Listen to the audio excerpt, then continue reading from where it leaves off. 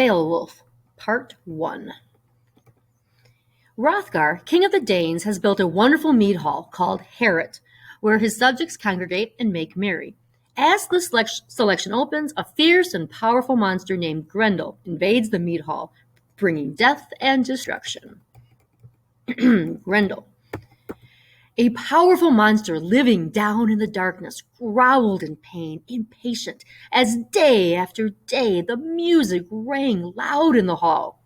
The harp's rejoicing call and the poet's clear songs sung of the ancient beginnings of us all, recalling the Almighty making the earth, shaping those beautiful plains marked off by oceans, then proudly setting the sun and moon to glow across the land and light it. The corners of the earth were made lovely with trees and leaves, made quick with life, with each of the nations who now move on in its face. And then, as now, warriors sang of their pleasure.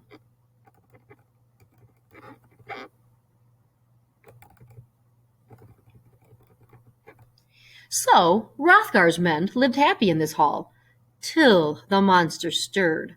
That demon, that fiend, Grendel, who haunted the moors, the wild marshes, and made his home in a hell, not hell, but earth. He was spawned in that slime, conceived by a pair of those monsters born of Cain, murderous creatures banished by God, punished forever for the crime of Abel's death. The Almighty drove those demons out, and their exile was bitter. Shut away from men, they split into 1,000 forms of evil. Spirits and fiends, goblins, monsters, giants, a brood forever opposing the Lord's will, and again defeated. Then, when darkness had dropped, Grendel went up to Harrot, wondering what the warriors would do in that hall when their drinking was done. He found them, sprawled in sleep, suspecting nothing, their dreams undisturbed. The monster's thoughts were as quick as his greed or his claws. He slipped through the door, and there in the silence snatched up 30 men, smashed them, unknowing in their beds, and ran out with their bodies, the blood dripping behind him, back to his lair, delighted with his night's slaughter. At daybreak, with the sun's first light, they saw how well he had worked, and in that gray morning broke their long feast with tears and laments for the dead. Hrothgar, their lord, sat joyless in Harrot, a mighty prince mourning the fate of his lost friends and companions, knowing by its tracks that some demon had torn his followers apart. He wept, fearing the beginning might not be the end. And that night, Grendel came again, so set on murder that no crime could ever be enough. No savage assault quenched his lust for evil. Then each warrior tried to escape him, searched for rest in different beds, as far from Harrot as they could find, seeing how Grendel hunted when they slept. Distance was safety. The only survivors were those who fled him. Hate had triumphed. So Grendel ruled, fought with the righteous, won against many, and won. So Harrot stood empty and stayed, deserted for years. 12 winters of grief for Hrothgar, king of the Danes. Sorrow heaped at his door by hell-forged hands. His misery leaped the seas, was told and sung in all men's ears. How Grendel's hatred began, how the monster relished his savage war on the Danes, keeping the bloody feud alive, seeking no peace, offering no truce, accepting no settlement, no price in gold or land, and paying the living for one crime only with another. No one waited for reparation. from his plundering claws. That shadow of death hunted in the darkness, stalked Hrothgar's warriors, old and young, lying in waiting, hidden in mist, invisibly following them from the edge of the marsh, always there, unseen. So, mankind's enemy continued his crimes, killing as often as he could, coming alone, bloodthirsty and horrible. Though he lived in Heorot, when the night hid him, he never dared to touch King Hrothgar's glorious throne, protected by God. God, whose love Grendel could not know. But Hrothgar's heart was bent. The best and most noble of his council debated remedies, sat in secret sessions, talking of terror and wondering what the bravest of warriors could do.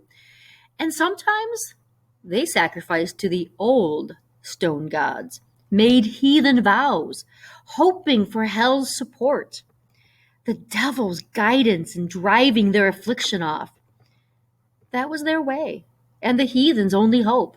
Hell, always in their hearts, knowing neither God nor his passing as he walks through our world, the Lord of heaven and earth. Their ears could not hear his praise, nor know his glory. Let them beware, those who are thrust into danger, clutched at by trouble, yet can carry no solace in their hearts, cannot hope to be better. Hail to those who will rise to God, drop off their dead bodies, and seek our Father's peace.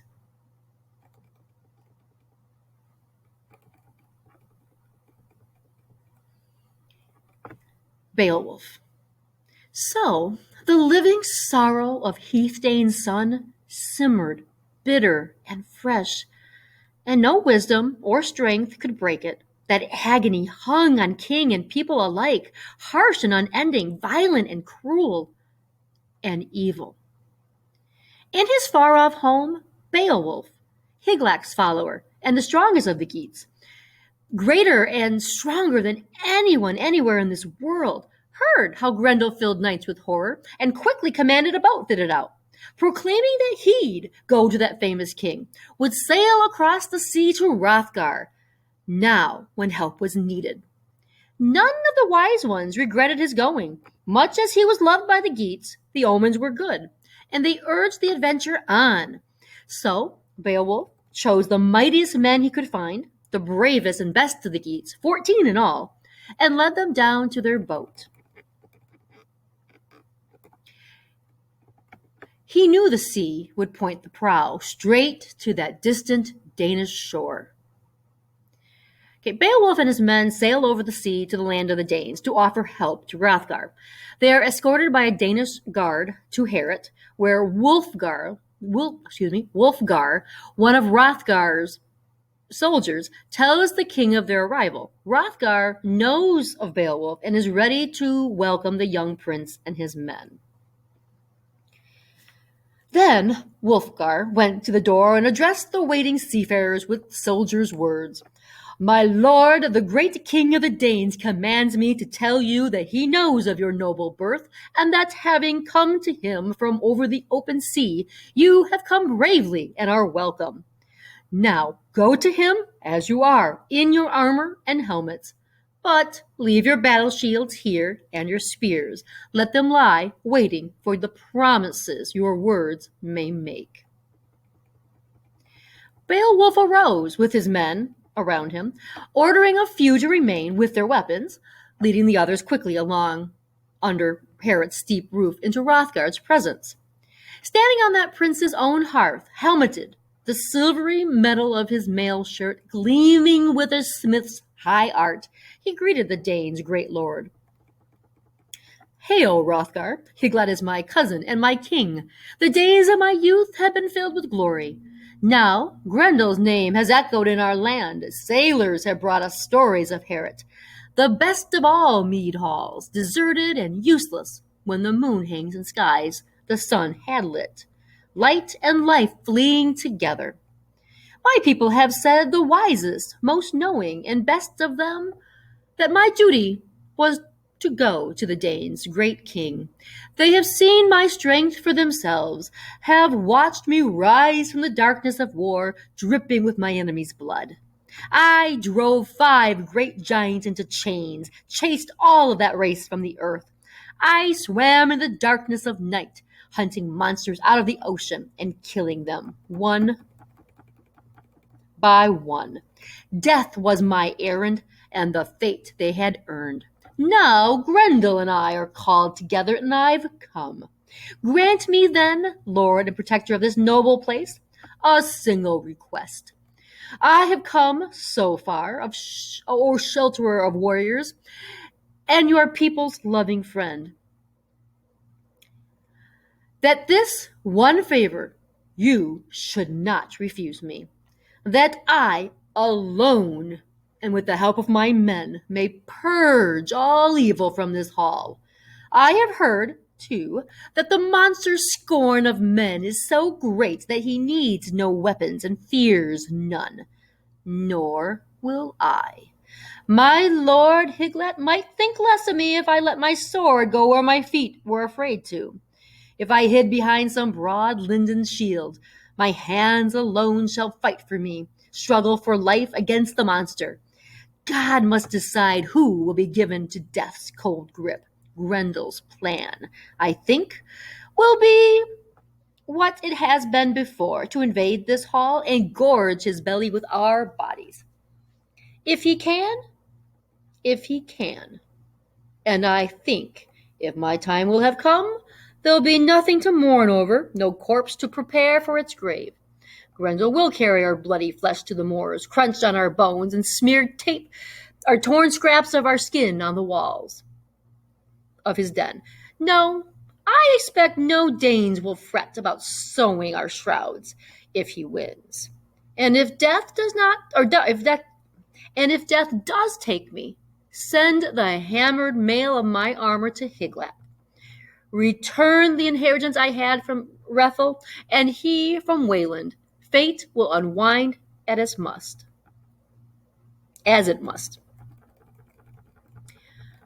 Hrothgar replied, protector of the Danes, Beowulf, you've come to us in friendship, and because of the reception your father found at our court, Geitho had begun a bitter feud, killing Halflaff, a wolfling warrior. Your father's countrymen were afraid of war. If he returned to his home and they turned him away, then he traveled across the curving waves to the land of the Danes. I was new to the throne, then a young man ruling this wide kingdom and its golden city, Hergot. My older brother, a far better man than I, had died, and dying made me, second among Heathdane's son, first in this nation.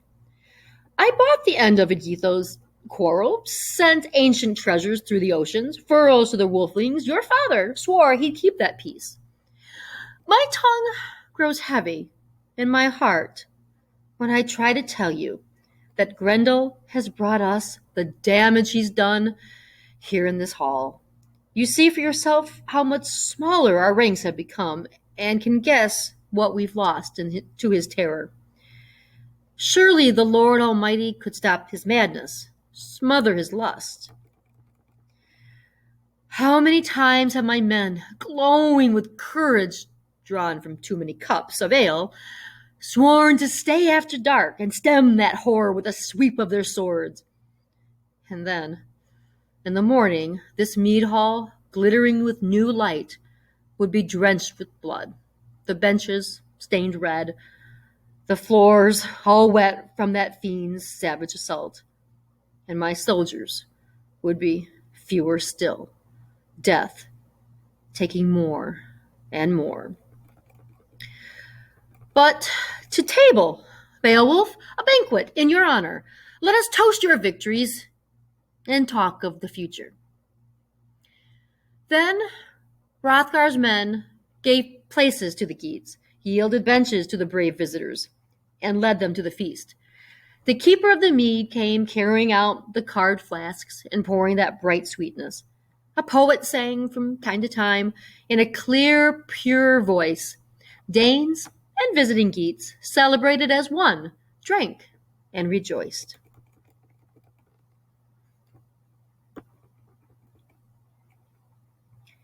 The battle with Grendel.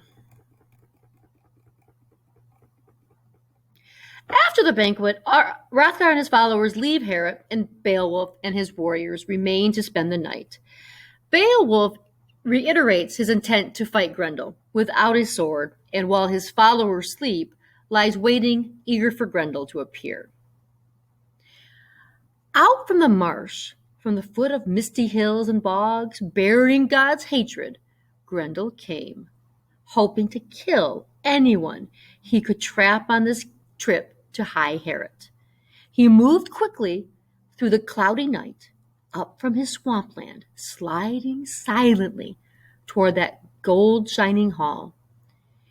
He had visited Hrothgar's home before, knew the way, but never before nor after that night found Heorot defended so firmly, his reception so harsh. He journeyed, forever joyless, straight to the door, then snapped it open, tore its iron fasteners with a touch, and rushed angrily over the threshold, and strode quickly across the inlaid floor, snarling and fierce. His eyes gleamed in the darkness, burned with a gruesome light. Then he stopped, seeing the hall crowded with sleeping warriors, stuffed with rows of young soldiers resting together, and his heart laughed. He relished the sight, intended to tear the life from those bodies. By morning, the monster's mind was hot with the thought of food and the feasting his belly would soon know. But fate, that night, intended Grendel to gnaw the broken bones of his last human supper. Human eyes were watching his evil steps, waiting to see his swift, hard claws. Grendel snatched at the first Geat he came to, ripped him apart, cut his body to bits with powerful jaws, drank the blood from his veins, and bolted him down, hands and feet. Death and Grendel's great teeth came together, snapping life shut. Then he stepped to another still body, clutched at Beowulf with his claws, grasped at a strong-hearted, wakeful sleeper, and was instantly seized himself. Claws bent back as Beowulf leaped up on one arm. That shepherd of evil, guardian of crime, knew at once that nowhere on earth had he met a man whose hands were harder. His mind was flooded with fear, but nothing could take his talons and himself from that tight, hard grip. Grendel's one thought was to run from Beowulf, flee back to his marsh and hide there. This was a different Heorot than the hall he had emptied. But Higlath's follower remembered his final boast, and standing erect, stopped the monster's flight, fastened those claws in his fists till they cracked, clutched Grendel closer. The infamous killer fought for his freedom, wanting no flesh but retreat, desiring nothing but escape. His claws had been caught. He was trapped. That trip to Heorot was a miserable journey for the writhing monster. The high hall rang, its roof boards swayed, and Danes shook with terror. Down the aisle the battle swept, angry and wild. Heorot trembled, wonderfully built to withstand the blows. The struggling great bodies beating at its beautiful walls, shaped and fastened with iron. Inside and out, artfully worked, the building stood firm. Its benches rattled, fell to the floor, gold-covered boards grating as Grendel and Beowulf battled across them. Hrothgar's wise men had fashioned Heorot to stand forever. Only fire, they had planned, could shatter what such skill had put together, swallow in hot flames with splendor of ivory and iron and wood. Suddenly, the sounds changed. The Danes started in new terror, cowering in their beds as the terrible screams of the Almighty's enemies sang in the darkness, the horrible shrieks of pain and defeat, the tears torn out of Grendel's taut throat, Hell's captive caught in the arms of him who of all the men on earth was the strongest. That mighty protector of men meant to hold the monster till its life leaped out. Knowing the fiend was no use to anyone in Denmark, all of Beowulf's band had jumped from their beds, ancestral swords raised and ready, determined to protect their prince if they could. Their courage was great, but all wasted. They could hack at Grendel from every side, trying to open a path for his evil soul, but their points could not hurt him. The sharpest and hardest iron could not scratch at his skin, for that sin-stained demon had bewitched all men's weapons, laid spells that blunted every mortal man's blade. And yet his time had come. His days were over. His death near. Down to hell he would go, swept groaning and helpless to the waiting hands of still worse fiends. Now he discovered, once the afflicter of men, tormentor of their days, what it meant to feud with Almighty God. Grendel saw that his strength was deserting him. His claws bound fast, Higlac's brave follower tearing at his hands. The monster's hatred rose higher, but his power had gone. He twisted in pain, and the bleeding sinews deep in his shoulder snapped. Muscle and bone split and broke. The battle was over. Beowulf had been granted new glory. Grendel escaped, but wounded as he was, could flee to his den, his miserable hole at the bottom of the marsh, only to die, to wait for the end of all his days. And after that bloody combat, the Danes laughed with delight. He who had come to them from across the sea, bold and strong-minded, had driven affliction off, purged Herod clean. He was happy now with that night's fierce work. The Danes had been served as he'd boasted he'd serve them. Beowulf, a prince of the Geats, had killed Grendel, ended the grief, the sorrow, the suffering, forced on Hrothgar's helpless people by a bloodthirsty fiend. No Dane doubted the victory, for the proof, hanging high from the rafters where Beowulf had hung it, was the monster's arm, claw, and shoulder, and all. And then, in the morning, crowds surrounded Herod, warriors coming to that hall from faraway lands, princes and leaders of men, hurrying to behold the monster's great staggering tracks. They gaped with no sense of sorrow, felt no regret for his suffering, went tracing his bloody footprints, his beaten and lonely flight to the edge of the lake, where he dragged his corpse-like way, doomed and already weary of his vanishing life. The water was bloody, steaming and boiling in horrible pounding waves. Heat sucked from his magic veins, but the swirling surf had covered his death, hidden. Deep in murky darkness, his miserable end as hell opened to receive him. Then old and young rejoiced, turned back from that happy pilgrimage, mounted their hard-hoofed horses, high-spirited stallions, and rode them slowly toward Herod again, retelling Beowulf's bravery as they jogged along. And over they swore that nowhere on earth, or under the spreading sky, or between the seas, neither south nor north, was there a warrior worthier to rule over men. But no one meant Beowulf's praise to belittle Hrothgar, their kind and gracious king. And sometimes, when the path ran straight and clear, they would let their horses race, red and brown and pale yellow backs streaming down the road. And sometimes a proud old soldier who had heard songs of the ancient heroes and could sing them all through, story after story, would weave a net of words for Beowulf's victory, tying the knot of his verses smoothly, swiftly, and into place with a poet's quick skill, singing his new song aloud while he shaped it, and the old songs as well. Okay, that brings us to the end of part 1. The next video will pick us up at the next stage of the epic.